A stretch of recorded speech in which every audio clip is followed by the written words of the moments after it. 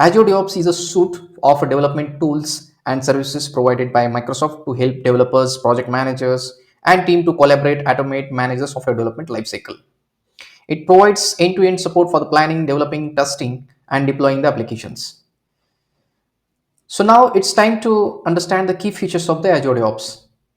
Azure DevOps provides a facility to create Azure boards.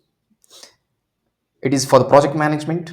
It is a tool for the planning, tracking, and managing the software projects. It includes a feature like task boards, backlogs, sprints, Kanban boards, and help the team organize their work efficiently. What kind of work items we can create it there? We can create features, tasks, bugs, and the track the progress at the real time. So Azure Repos, it is a source control. Azure Repos provides a Git repositories and team foundation version controls. It is used to manage the code version, manage the versions, collaborative coding, and the code branching strategies. So we have the facility to review the developer's codes, provide the comments when developer creates the pull requests easily. Also, the next section which is available into this Azure DevOps is a of Azure pipeline.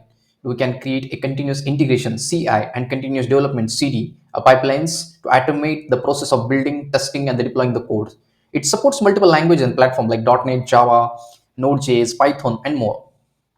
Automatic building of your test application once the changes are made in the code basis.